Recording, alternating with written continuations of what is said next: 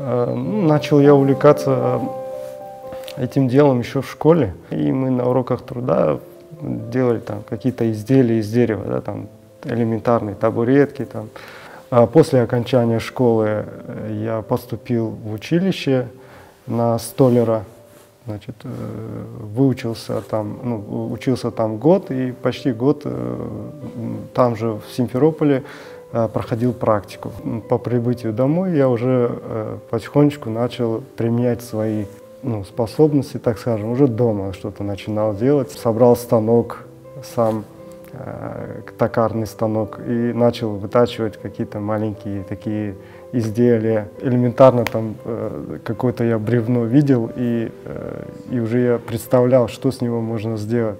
Из разных пород древесины я вытачивал разные вазочки. Нравится сам процесс.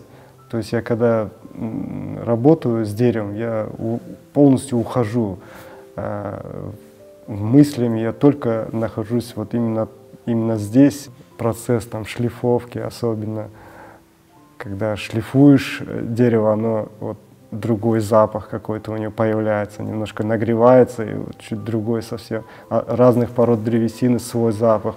Например, с черешней очень, когда ты его обрабатываешь, это дерево, у нее прямо вот такой вкусный запах, просто вкусный запах, аж съесть охота.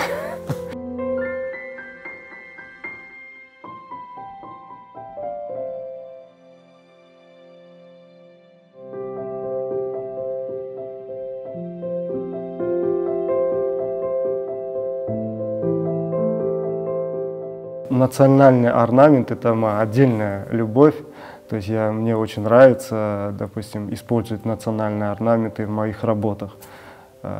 Там какие-то элементы, там, например, ножка стола, либо там часть стола, где я использую этот орнамент и вырезаю это, я полностью ухожу вот в эту вот атмосферу. Да. Это меня увлекает. Вот, допустим, вот этот орнамент, то есть, который я сейчас вырезаю, и этот главный орнамент, да, то есть это символ кипарис, дерева, да, это мужской символ, да, то есть от него отходят веточки, на этих ветвях, значит, уже женский символ, это роза, да, и маленькие ягодки. Маленькие ягодки — это наши дети, да, то есть как бы продолжение рода, берекет. То есть мне очень нравится, допустим, использовать национальные орнаменты в моих работах.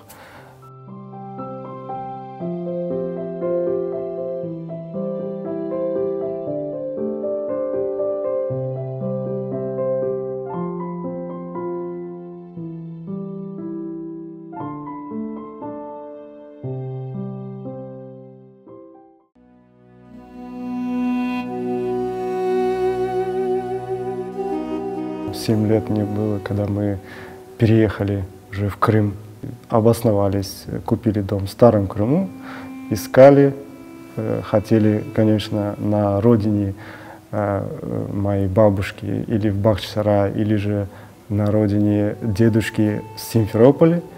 Хотели купить, не получилось, получилось в Старом Крыму. Ничуть не жалею об этом, потому что очень компактный маленький городок, очень с большой историей.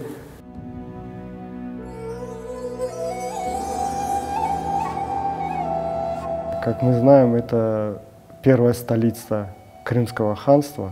Самая главная достопримечательность Старого Крыма, я считаю, это Озбек-Джами, потому что это очень древняя мечеть. Я очень, конечно, рад, что наши работы присутствуют, находятся здесь, в этой мечети. В частности, это вот минбар мы сделали. Это было лет 15 назад, наверное, уже столько лет он здесь стоит, украшает. То есть вот, если в частности мы берем минбар, да, это исламский стиль. У нас есть фотографии минбаров в разных странах, в разных мечетях. И я взял просто по этим фотографиям и какую-то часть с какого-то минбара какую-то часть другого минбара, все это соединил вместе.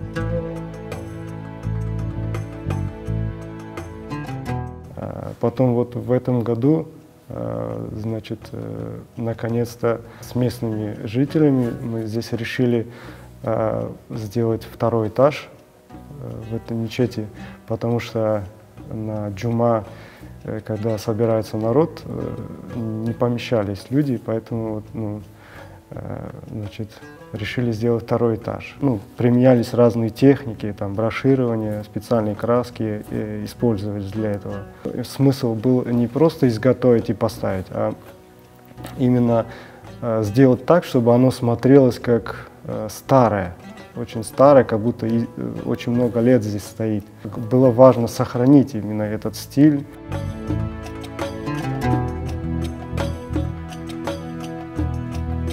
Дервиш-Эвы очень много наших работ. Там есть, значит, шкафы, долаплар, именно сделанные в нашем национальном стиле, то есть именно возрожденные. Дервиш-Эвы вообще уникальное место, оно такое сохраненное именно в первозданном виде, можно так сказать, да? То есть там есть какие-то элементы сохраненные, и вот мы, смотря на эти элементы из дерева, да, то есть делаем уже новое, но под старину. Там есть рафы, то есть полки на стенах. На них вывешивали разные полотенца, да, с вышивками. Кувшины ставили на них. Раф, значит, состоит из чего? Это просто доска, полка, да, а под ним элемент кронштейн, который держит, называется папи. И эти рафы именно вот в нашей культуре они присутствуют, да.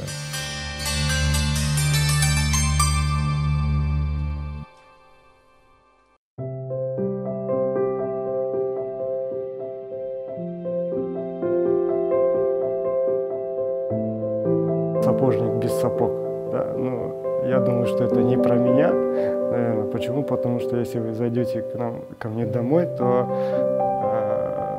90% всего деревянного, которое у нас есть, наверное, это моя работа.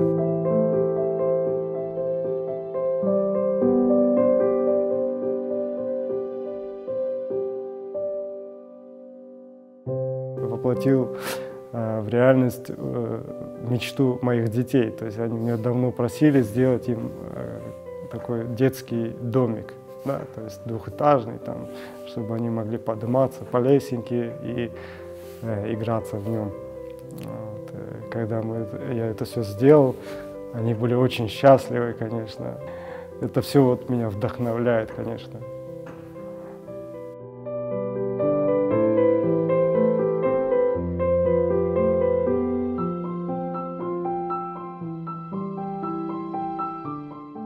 Я счастлив, когда я работаю с деревом.